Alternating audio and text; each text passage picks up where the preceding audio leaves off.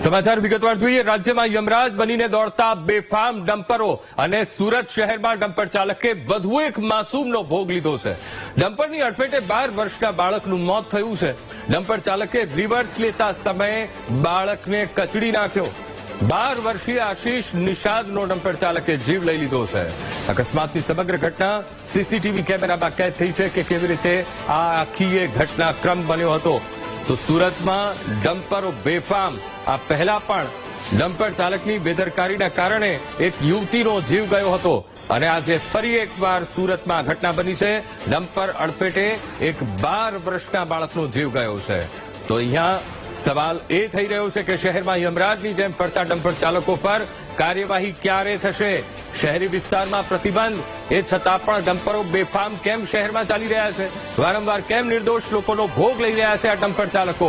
Traffic નિયમોનો ઉલાળ્યો છતાં પણ તંત્રનું મૌન કેમ? શહેરી વિસ્તારોમાં ફરતા બેફામ ડમ્પર ચાલકો વિરુદ્ધ કાર્યવાહી જરૂરી છે।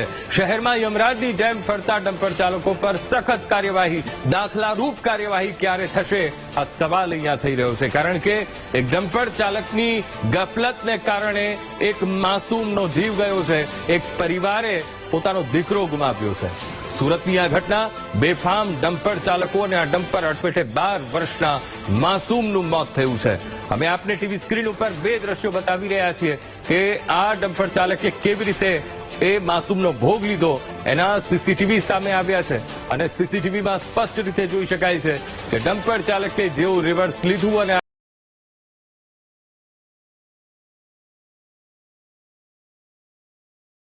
માસૂમ સારી રહી છે, પણ આ ડમ્પર ચાલકો વિરુદ્ધ કાર્યવાહી ક્યારે થશે? બેફામ જે ડમ્પર ચાલકો છે તેમના કારણ કે મોત બનીને આ ડમ્પરો એ શહેરમાં ફરી રહ્યા છે। અહીંયા ટ્રાફિકના નિયમોનો પણ ઉલાળ્યો થઈ રહ્યો છે। જાહેર રસ્તા પરથી જ્યારે નીકળી રહ્યા હોય છે ડમ્પરો, ત્યારે શા માટે ડમ્પર ચાલકોને રોકવામાં નથી આવતા? તેમને પૂછવામાં નથી આવતું કે શા માટે ટ્રાફિકના નિયમનું ઉલ્લંઘન થઈ રહ્યું છે? કેમ કાર્યવાહી નહીં? આ સવાલ અહીંયા થઈ રહ્યો છે। તો અમે આપને 4 દ્રશ્યો ટીવી સ્ક્રીન ઉપર બતાવી રહ્યા છીએ। એક સુરેન્દ્રનગરના દ્રશ્યો, સુરેન્દ્રનગર જિલ્લામાં 7/3/2025ના અમે આપને દ્રશ્યો બતાવી રહ્યા છીએ કે ડમ્પર ચાલકની આ ઘોર એ બેદરકારી એ સ્પષ્ટપણે જોઈ શકાય છે। બીજા ધંધુકાના અમે આપને દ્રશ્યો બતાવી રહ્યા છીએ। 3/3/2025ના આ દ્રશ્યો છે, ત્યાં પણ ડમ્પર ચાલકે અકસ્માત કર્યો હતો। સુરતની આ ઘટના 27/2/2025 અને ત્યારે આ ડમ્પર ચાલકોને કારણે કેટલી હેરાનગતિ થઈ હતી। અને અમદાવાદના દ્રશ્યો, અમદાવાદમાં પણ ડમ્પર ચાલકો બેફામ છે। કોઈ રોકવા વાળું નથી, કોઈ ટોકવા વાળું નથી। ટ્રાફિકનો નિયમ જાણે કે તેમને લાગુ જ નથી પડતો એ રીતે એ શહેરમાં ફરી રહ્યા છે। તો આ 4 દ્રશ્યો કે જેમાં ડમ્પર ચાલકો બેફામ અને ક્યાંક હાલાકી વેઠવાનો વારો આવ્યો અને કેટલાક કેસમાં લોકોએ જીવ પણ ગુમાવ્યો છે।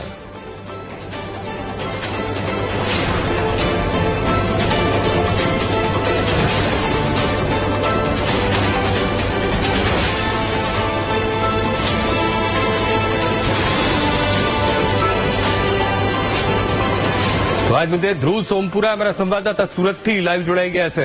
ધ્રુવ, આ પહેલી વારની ઘટના નથી અને નથી માત્ર ને માત્ર સુરતની સમસ્યા, લગભગ ગુજરાતના દરેક શહેરોની આ સમસ્યા છે, જ્યાં ડમ્પર ચાલકો બેફામ ડ્રાઈવ કરે છે ને તેના કારણે માસૂમોને જીવ ગુમાવવાનો વારો આવે છે।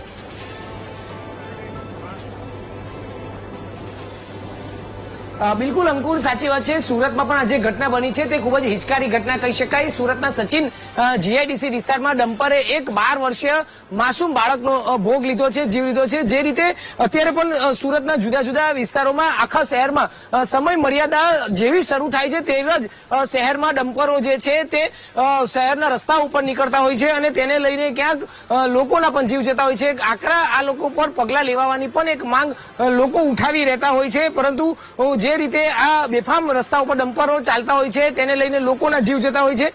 લોકોમાં પણ અત્યારે આને લઈને એક રીતે આક્રોશ ચોક્કસથી જોવા મળે છે। 12 વર્ષીય આશીષ નિષાદનું આ રીતે ડમ્પર જે છે તે રિવર્સ લેતી વખતે મોત થયું છે અને તેના કારણે એક 12 વર્ષના બાળકનો જીવ લેવાયો છે। આપણી સાથે કેટલાક અહીં લોકો જે છે અહીંયાથી આવતા જતા એની સાથે વાત કરવાનો પ્રયત્ન કરીશું। ભાઈ, આપનું નામ?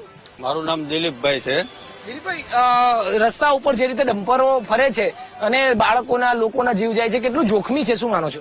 એ તો ડમ્પર જે ઓવરલોડ જે જતા હોય ડમ્પરો રોડ ઉપર, જે અકસ્માતનો ભોગ નાના બાળકો છે, કોઈ વડીલો બનતા હોય છે, તો જેથી કરીને આરટીઓને અથવા સુરતને જે ટ્રાફિક વિભાગના જે શાખાઓ હોય તેમને લોકોને મારે આ જણાવવાનું છે કે આની ઉપર કાયદેસર કાર્યવાહી થવી જોઈએ. જે એનો એક સમયગાળો નક્કી થવો જોઈએ કે જે ભરપૂર ટ્રાફિક હોય તે દરમિયાન એ ડમ્પર ચાલક નીકળવા ના જોઈએ. તે કોઈ એવા ડમ્પર ચાલકો હોય તો એને લાયસન્સ છે, જે અમુક લાયસન્સ એની પાસે જોખમી રીતે ડ્રાઇવિંગ કરતા હોય એમના લાયસન્સ રદ થવા જોઈએ. જે નાની ટુ વ્હીલર ચાલકોની ગાડીઓ ચાલતી હોય, જે દિવસ દરમિયાન ટ્રાફિકનો જોખમ થોડુંક વધારે હોય છે, તો એમાં જે ડમ્પર ચાલકને છે એની ઉપર કાર્યવાહી થવી જરૂરી છે.